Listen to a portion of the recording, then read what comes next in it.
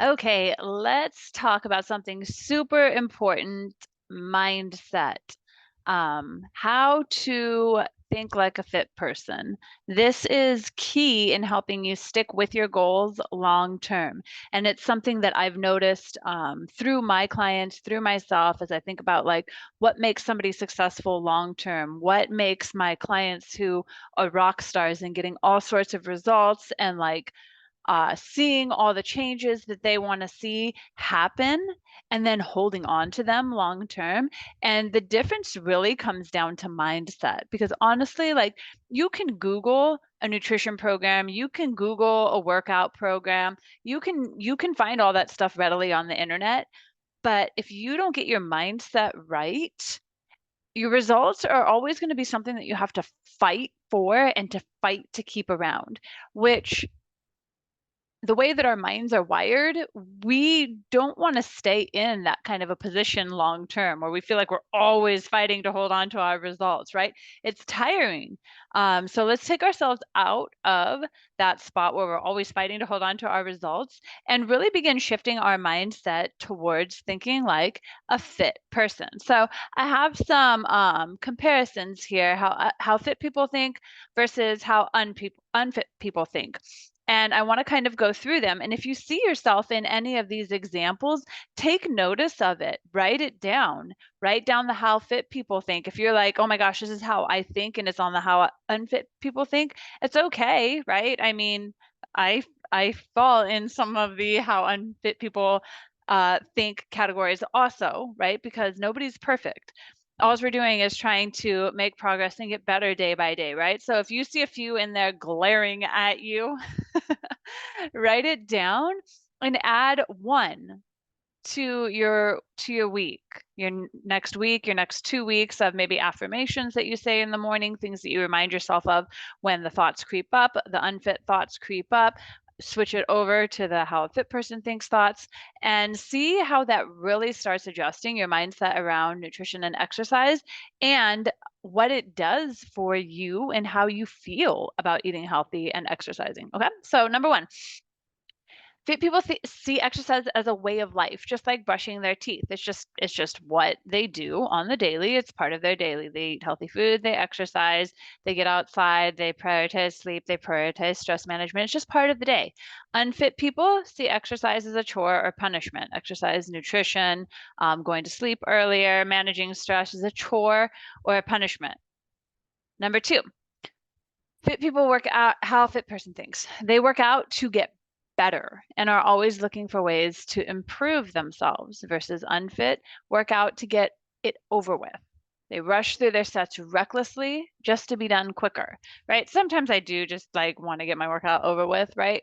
But in those instances when I just want to get my workout over with, like I'm just not feeling it, I really will prioritize good form and good movement. But sometimes I'll instead of doing 3 sets of an exercise, I'll skip down and I'll do like 2 sets of an exercise. So I'll shorten the workout, but still keep really good quality movement in the workout, right? Because I'm seeing the workout as a chance to get better and a way to improve myself, even though I do want to get it over with as quickly as possible for whatever reason that day, right? Number three, how a fit person thinks. They're not afraid to fail. They realize that it's a stepping stone for growth. Versus unfit will never give 100% because they don't want to be disappointed by setting the bar low, they never have to worry about being disappointed. But by setting the bar low, you never actually will make the progress that you're searching for. When you step into that place where you're not afraid to fail, where you're picking up a heavier weight that you've never used before, right? But you're like, okay, I'm going to give this a try. I'm going to do it with perfect form, perfect tempo. And you see yourself actually do it. That is where confidence is built. That's where strength is built. That's where you start seeing a change, start feeling a change, right?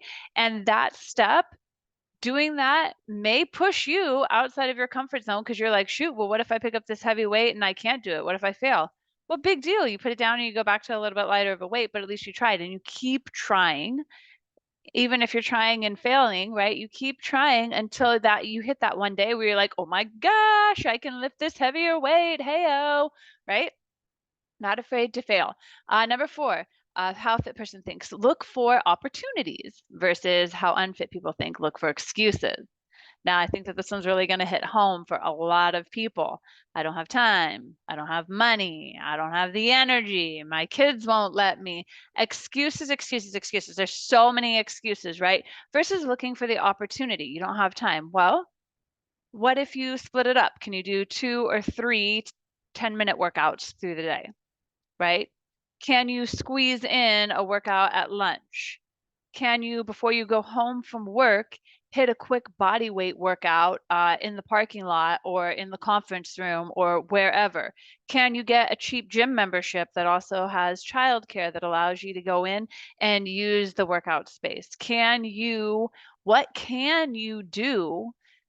What opportunities can you find that will squash your excuses and allow you to really work towards your goals? Look for those opportunities. This is a really, really big one. Looking for opportunities versus looking for excuses.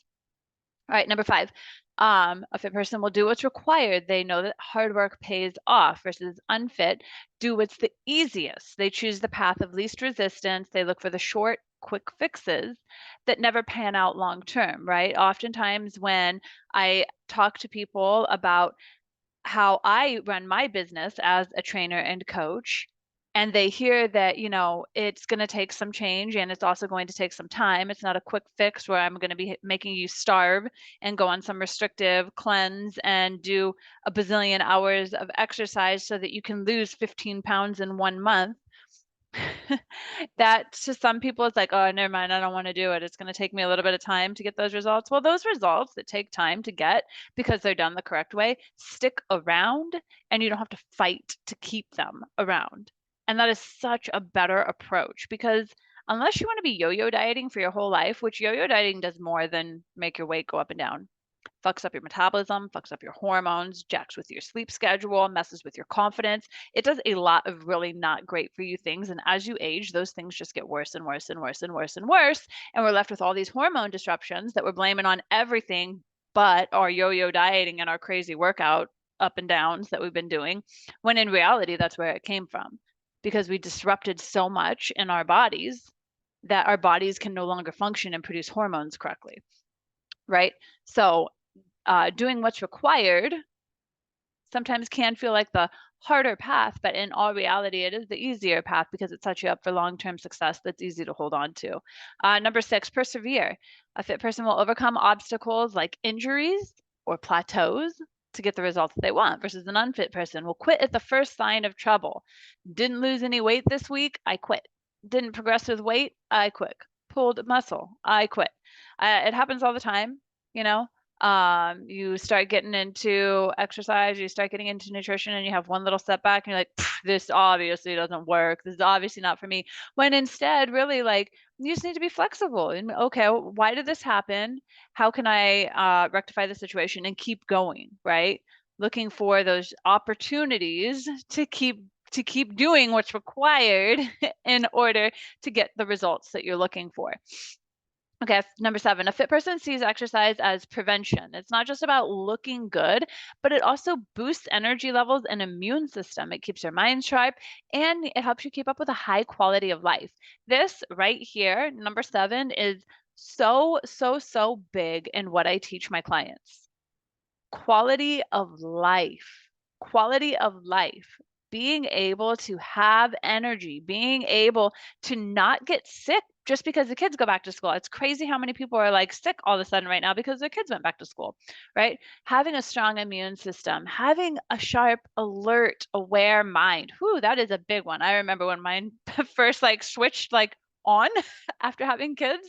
I was like, oh my gosh, it's a whole new world. And being able to keep up with high quality of life, y'all, living life to the fullest extent to you obviously is different than it is to me. But if I was being held back from doing things that I want to do, I would be bummed, right? Like being able to get out and do the things that light me up, that fill my cup, that make me happy is so important in keeping me feeling good and in keeping me showing up as the best me for my people. Versus an unfit person is going to see exercise as treatment. They wait until shit hits the fan and the doctor prescribes 5 different pills, and then exercise or nutrition is a solution, right? Like, oh, I just got diagnosed with diabetes, or I got put on, a bunch of high blood pressure medicine, or my cholesterol's high. I guess I better start addressing things. And the same with the immune system. Oh my gosh, the kids are coming home from school with sicknesses. I guess we better start addressing things, right? But if you are just addressing those things on the regular basis, you won't have to get to that place where you're having to dig yourself out of such a big hole. All right, number 8, sees being fit as a privilege.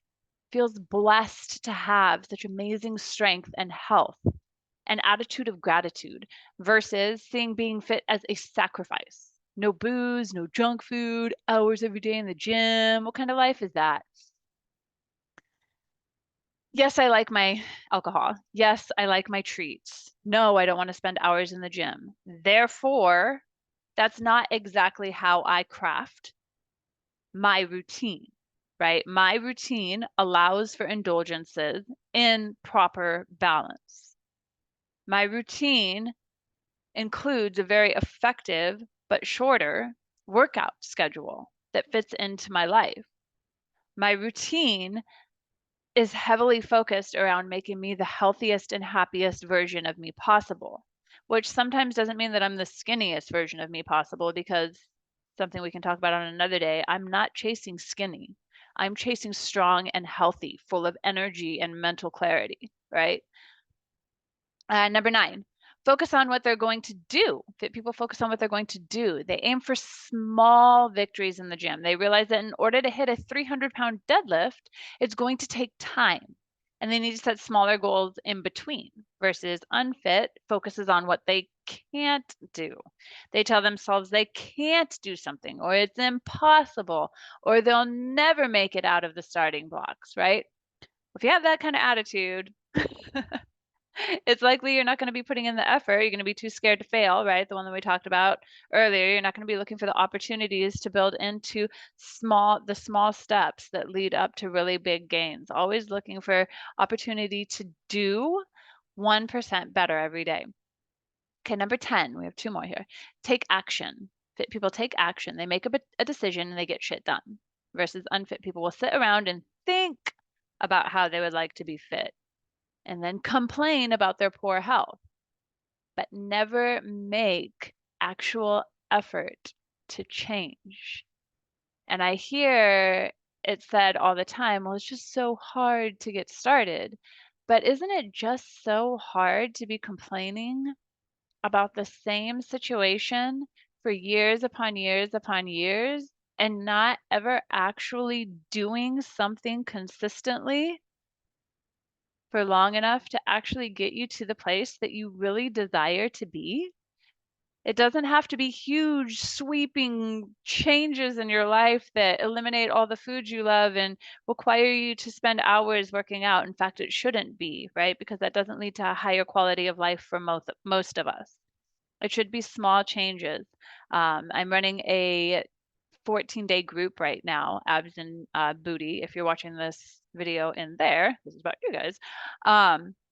I'm running this free group, and it's amazing to me. 7 days in, these women are like, oh my gosh, I have less bloat, I have more energy, I'm feeling more confident. And they're not doing huge sweeping changes.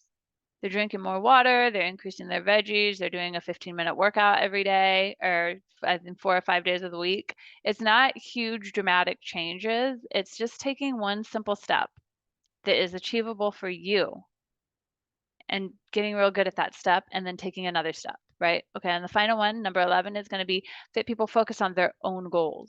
They only compete against themselves to get better every day, versus an unfit person lets the opinions and actions of others discourage them. They compare themselves to others, which makes them feel inferior and crushes their motivation. This is one that I kind of struggle with. I find myself struggling with here and there, sometimes more than less, especially being in the fitness space and being surrounded by so many like super fit trainers. I oftentimes do find myself struggling with this. Like, why can't I lift that much? Why doesn't my body look like that? I will never be that strong. I'll never be able to do that. All the things that inner dialogue has to say to me sometimes. And it does nothing for my own motivation. It does nothing to make me better. It does nothing to make me feel better. It really just discourages me and makes me want to do nothing, right? So really hearing that voice in your head and stopping that voice in your head and maybe taking it back to number 10, instead of listening to that voice in your head, take action on the 1% better that you can be today. Taking action squashes that voice, right? Taking action builds confidence and makes you feel better about you, because then you're like, yeah, but look at this. I did this. This is awesome. This is more than I was doing 2 weeks ago. Take that action. All right. So again, I'm going to ask you guys which ones of these really spoke to you. Write down the ones that spoke to you and acknowledge them, and then start working on them. Start flipping the switch, right? Because it's not until you learn to think like a fit person, you learn to think like the, first side of the equation, that you'll really get to a place where you enjoy making healthy choices and you feel good and you have energy and you start feeling stronger and you're able to celebrate your wins versus saying, oh, but that's my least favorite thing ever. Like when somebody is talking about how they have made a small improvement, right? And then they end it with, but I could have, or but I should have, right? Instead of doing that, stop yourself. Like, if you have small measurable goals, like drink 100 ounces of water per day or something, if you complete that 100 ounces of water per day for 7 days, then you're able to say, hell yeah, I completed this goal that I set out on. And now I can build on it. Okay, I'm going to drink that 100 ounces of water, and I'm going to add 2 cups of veggies to my day, right? So then you have this second very measurable small step in the right direction that you can celebrate success on after you've completed it for a week, right? So take these thoughts, think about them, switch the narrative, and tell me how you're doing. Tell me how that's working out for you after you've done it for a week or two. Tell me the change that you're starting to see. I will talk to you guys later.